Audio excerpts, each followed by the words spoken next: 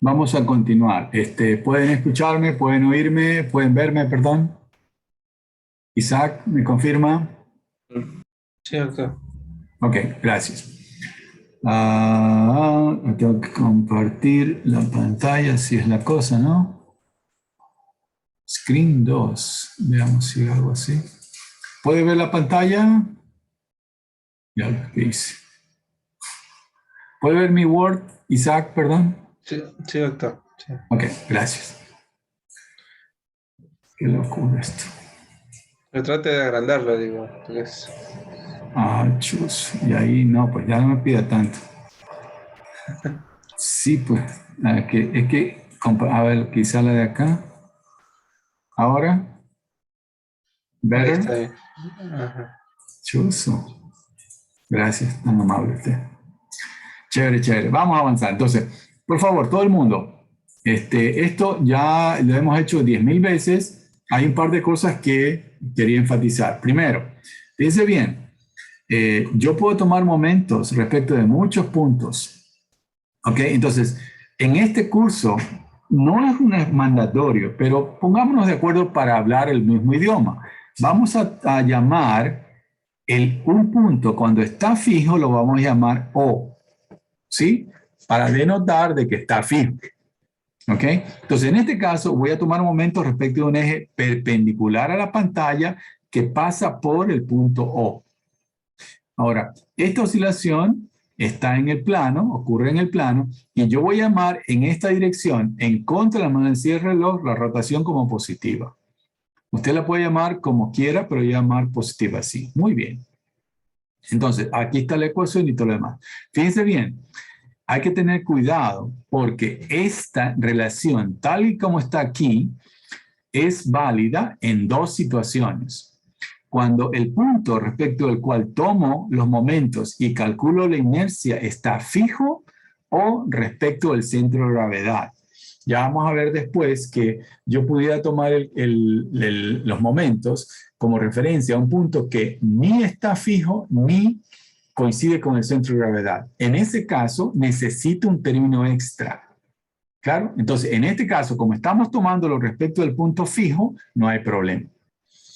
Entonces, hagamos un esquema aquí sencillito. Este sería el diagrama cuerpo libre. Aquí estoy. Fíjense bien, yo le pongo un ángulo grande, pero ya saben que estamos trabajando con ángulos pequeños porque vamos a linearizar. Fíjense bien, ¿no? Claramente, claramente, yo he declarado esta dirección positiva y me muevo en dirección positiva. Aquí yo tengo fuerzas, fuerza X y fuerza Y. En general no las conozco. Acá tengo el peso y esta es la longitud. Ya está. Entonces, piense bien, la acción del peso intenta girar en dirección opuesta. Ese es el efecto restaurador. Entonces decimos, menos masa por gravedad. Entonces, la distancia de aquí a acá, que sería L seno de teta, y el resultado de eso es la inercia respecto de O por la aceleración angular. Entonces, fíjense bien, esto de aquí es el efecto que hemos llamado restaurador. ¿Ya? Entonces, lo que sucede es que los momentos que se están aplicando no van a estar equilibrados y simplemente el desequilibrio causa una aceleración angular. Ya está. Entonces decimos, ¿no? J sub 0 por aceleración más masa, gravedad, L, seno de teta, igual 0. Esta es la ecuación diferencial de movimiento. Este es un término no lineal. Entonces, linearizando,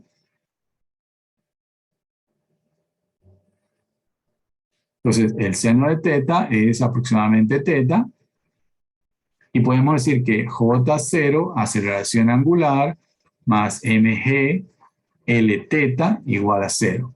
Entonces, ahora, este ya es una ecuación diferencial, fíjense bien, del mismo tipo que manejamos anteriormente.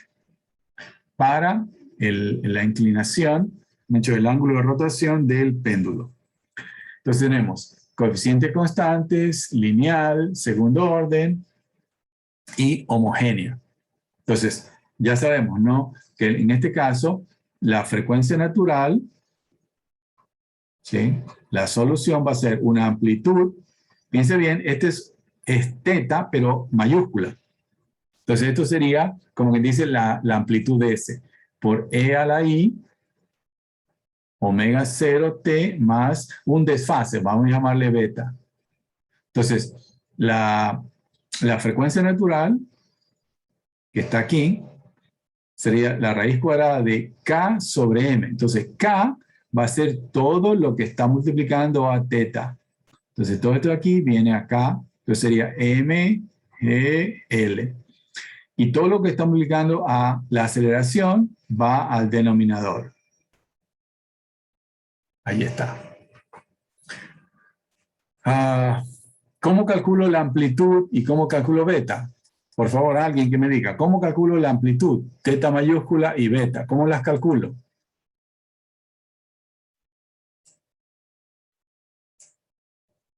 Señor Zamora, recuérdeme, ¿cómo calculo la amplitud y el desfase beta? Si me lo recuerda, por favor. ¿Cómo? Doctor.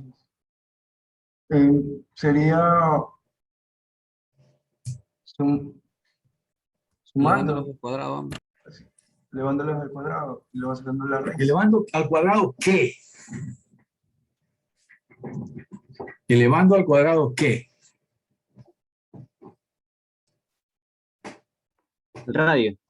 El segundo momento de inercia. No, hombre. ¿Qué necesito para evaluar la amplitud? Condiciones iniciales. Las condiciones iniciales, sí, señor. No sé. Exactamente. Entonces, con las condiciones iniciales, yo puedo evaluar las dos constantes de integración. Aquí están. Aquí, en algún lado están. Aquí están.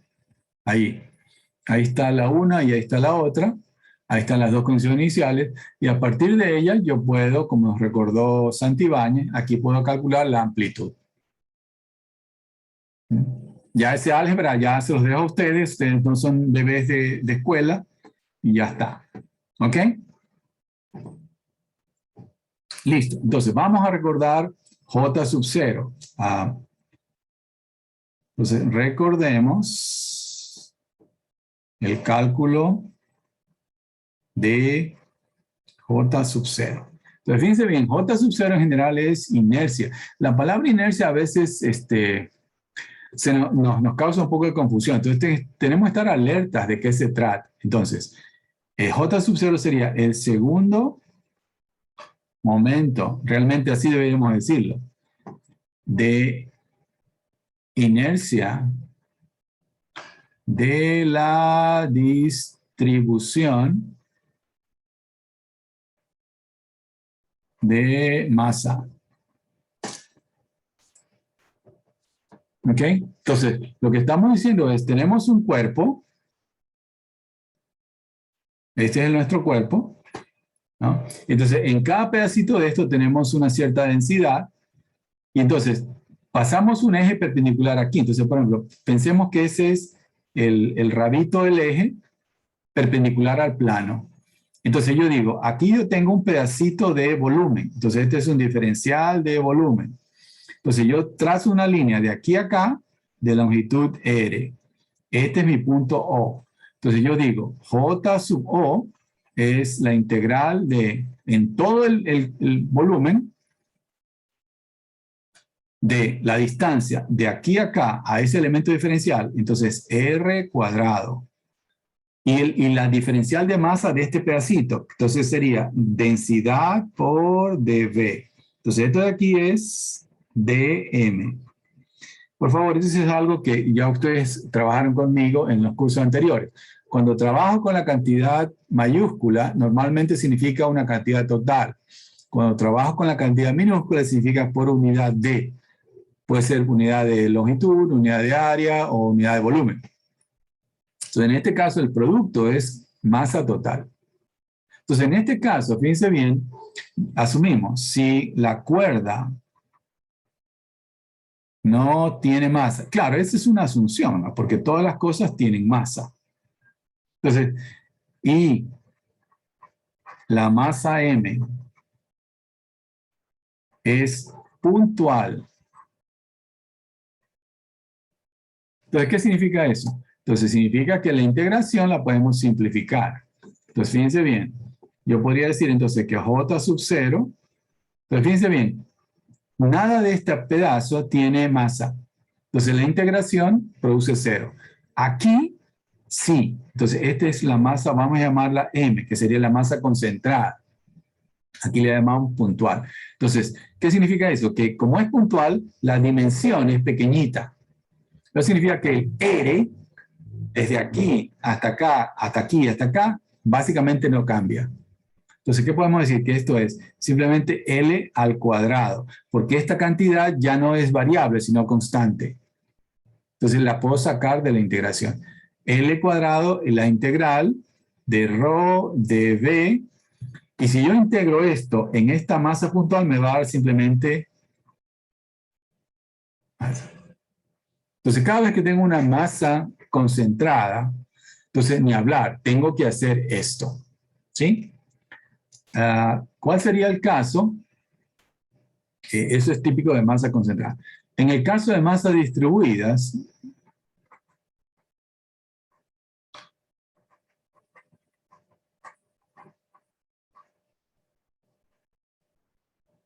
entonces, por ejemplo, hagamos lo mismo, ¿no? Tengamos en lugar del péndulo, creo que se llama péndulo físico.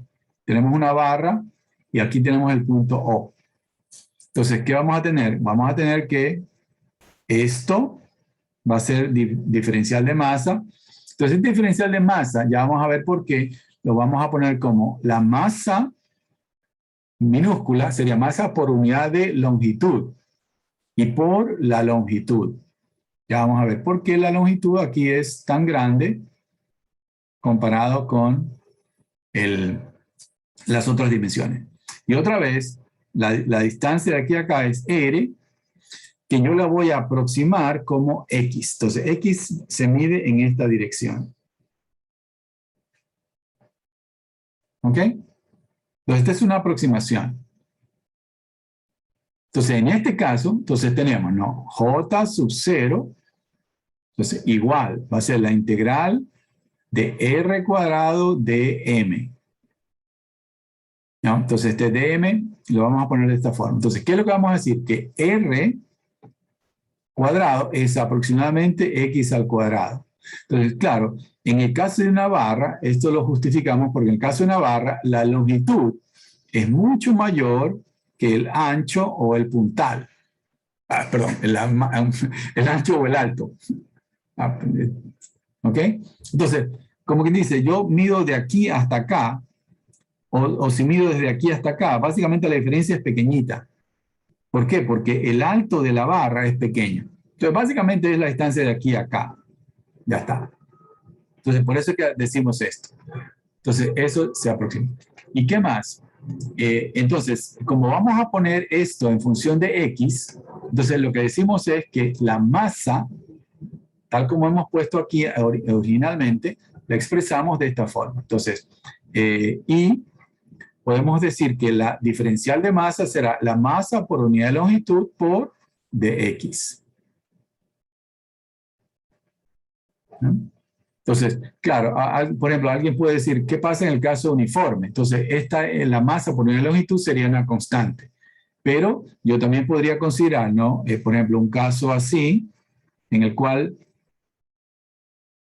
la masa crece linealmente. O puedo tomar un caso constante, ¿no? Entonces, m de x puede ser constante o variable. Entonces, yo les doy esto para que trabajen en casa, ¿no?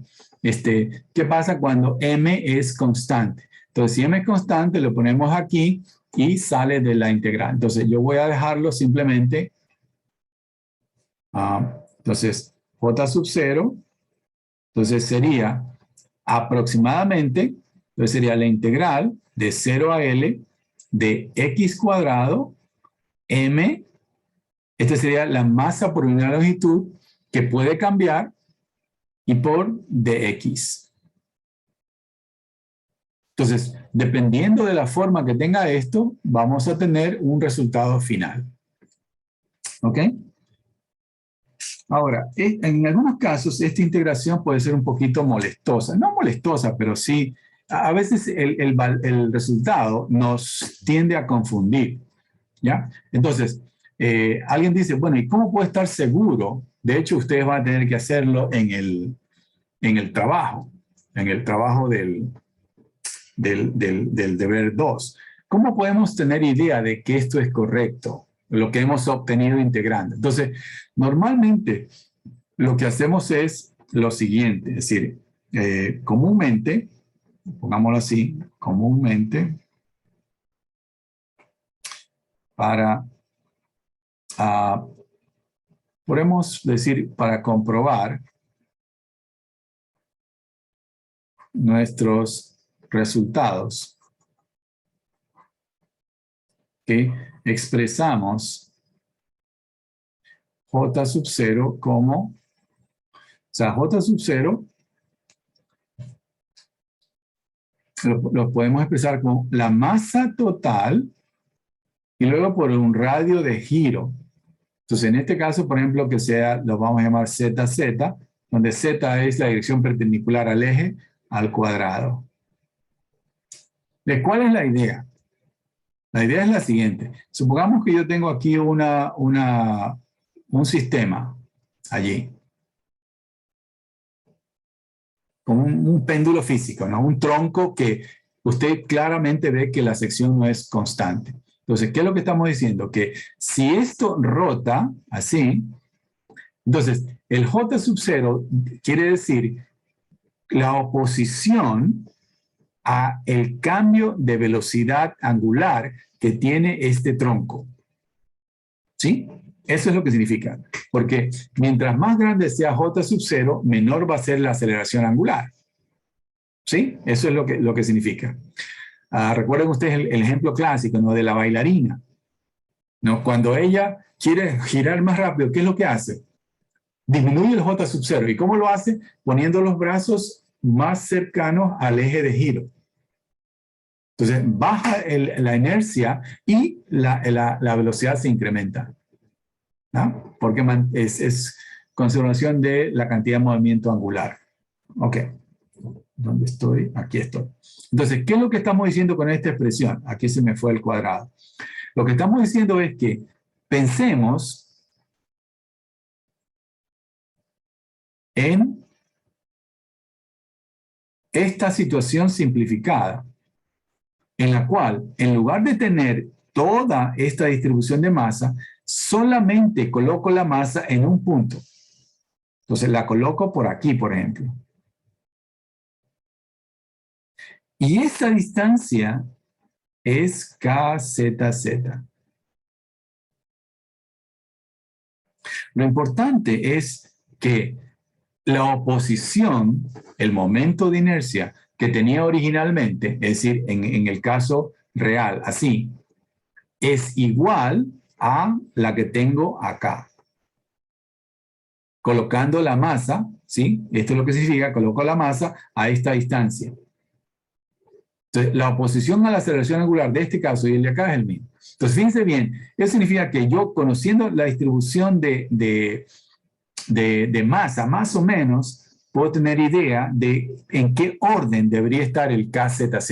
Entonces, lo que yo siempre hago es, una vez que calculo esto, siempre calculo el radio de giro, como una especie de confirmarme de que lo que tengo frente a mí tiene sentido o no. ¿Ok? Entonces, por ejemplo, finalmente con esto vamos a hacer un receso. Por ejemplo, ¿sí? En el curso de dinámica del buque, nosotros trabajamos con el movimiento de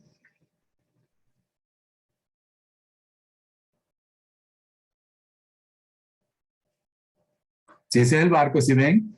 Entonces, estamos pensando que vamos a trabajar con este movimiento, cabeceo. ¿Sí? Entonces, por ejemplo, aquí está, vamos a llamar esto el punto a caramba X. Ya está. Entonces, más o menos, alguien que me diga J sub X, J sub X.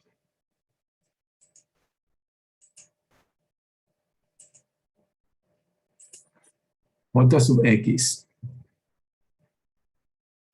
Entonces va a ser igual a masa, sería por el KXX al cuadrado. Pregunta para ustedes. ¿Cuánto piensan ustedes que sería el KXX? Chuté. Díganme un número que le asume. Obviamente que este es el barco. Entonces, de aquí hasta acá tenemos la eslora y todo lo demás. L medio sería, doctor. L medio. ¿Usted cree que sea L medio? Fíjense bien, ¿qué significa que sea L medios?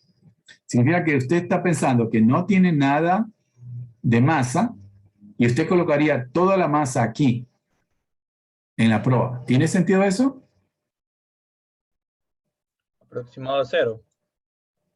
Por Dios, piense lo que estamos diciendo. Estamos diciendo, no estamos hablando de una cuestión estática. Esto es un problema dinámico. Entonces, yo les estoy preguntando, yo tengo originalmente esa distribución de masa. Si el cuerpo quiere oscilarse angularmente, tiene una cierta posición que se llama J sub X. ¿Ya? Si en lugar de tener esa distribución, yo diría, yo quiero colocar toda la masa en una cierta posición, pero la posición aquí y acá es la misma.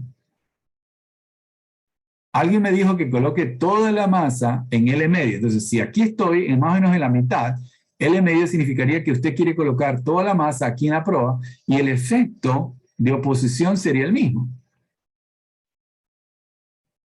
Es que no tiene sentido, porque significaría que es como si usted dijera, no, si este, como dice, va a ser el efecto medio, este de aquí el efecto medio, significa que yo estoy pensando que a la derecha tengo más masa e igual a la izquierda.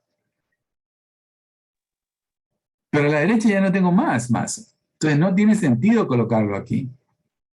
Doctor, puede ser menos L cuartos. Puede ser L cuarto simplemente. Aproximadamente L cuartos. ¿Cómo lo hizo? ¿Es un brujo? No. Simplemente que uno dice, oye, si tengo una cosa así, desde aquí más o menos yo digo, voy a colocarlo aquí porque tengo una parte que tiene más influencia y una parte que tiene menos influencia. Entonces más o menos L cuarto. Usted me dice, ¿qué pasa con el lado izquierdo? Es más o menos lo mismo. ¿Por qué? Porque el R está al cuadrado. Entonces, los puntos que están a la izquierda tienen signo también negativo, pero están elevados al cuadrado. ¿Ok? Entonces, siempre, por favor, tratemos de, cuando calculamos la inercia, tratemos de calcular el radio de giro. Y automáticamente pensemos, ¿tiene sentido eso? ¿Ok? Entonces, esto, por ejemplo, es una cosa clásica. Entonces, si usted me dice, ok, el que se porta mal en esta clase, le damos una distribución de masa y le pedimos que calcule la inercia. Es terrible eso. Porque usted tiene que ir, el motor está aquí, el tanque está acá, y la superestructura está aquí, y todo lo demás. Entonces tiene que ir sacando la distancia. Es una cosa terrible. Y usted sabe, muchas veces usted en el plano pone tal cosa, pero en realidad se construye de otra. Entonces es una, pero siempre es bueno al final hacer esta comprobación. No sé si hay alguna inquietud más al respecto. Entonces, fíjense bien, una vez que tenemos eso, entonces ustedes podrían, en el caso del péndulo, ¿no? En el caso del péndulo que el J es ml cuadrado, ya podrían ustedes reemplazarlo aquí y podríamos evaluar la frecuencia natural. Entonces, la frecuencia natural sería G, raíz de G sobre L. Ok, antes de irnos al receso, quería darles como para que empiecen a pensar. Ok, entonces, consideremos otra vez el péndulo, pero ahora tomemos como punto de referencia no el punto fijo, O, sino tomemos como referencia el centro de gravedad, el centroide. Entonces, como ejemplo, entonces decimos, volvemos o volvamos al péndulo Pero tomemos ahora como referencia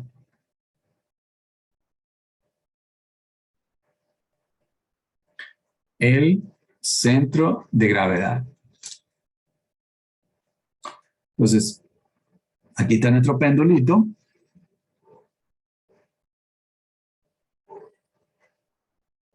Con un poco de buena intención. Entonces, otra vez, esto es teta. Eso es positivo. Entonces, saquémoslo. Vamos a ponerlo acá. Entonces decimos, ¿no? Aquí estoy. Allí. Entonces, piense bien. Ahora vamos a tomar momentos respecto del punto G que está aquí. Entonces, en este caso, esta fuerza F de X y esta fuerza Fy, ¿sí? Piense bien, X cruz Y me da positivo y esa es la dirección positiva acá. Entonces, por favor, empecemos a recordar nuestro curso de dinámica. Tiene que ser consistente. X cruz Y tiene que darme Z. ¿Ok? Entonces, este ángulo, ¿sí? Es el ángulo teta, que es el que quiero determinar en función del tiempo. Esta es la longitud y ya está. Entonces, aquí estoy ahora, el punto de referencia G que se me borró. ¿Ok? Bueno, además de eso tenemos el peso, allí, mg, y todo el mundo feliz. Ok, entonces, por favor, quiero que todo el mundo haga, mientras hacemos un receso, sumatorio de momentos, pero respecto del centro de gravedad. ¿Ok? Igual la inercia respecto del centro de gravedad por aceleración angular. Hacemos eso y regresamos en un momento.